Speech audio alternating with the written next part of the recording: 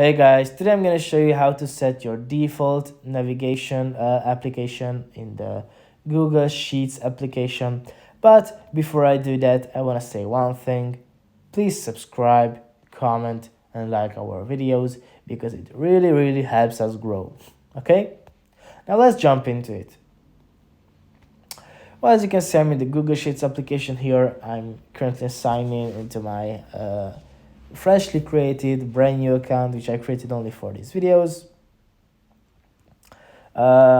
Let's say I don't like the default navigation app here. So what I'm gonna do to change that is click on these three lines at the top left corner of my phone. After that, you want to click on settings. It's kind of in the middle at the left side of your screen. After that, you have the second option here called default apps, or the third option, as you can see. Here you will have to scroll down for a bit until you find the thing called navigate from your location and navigate between locations. These are kind of the same thing, so you just I don't think they're different.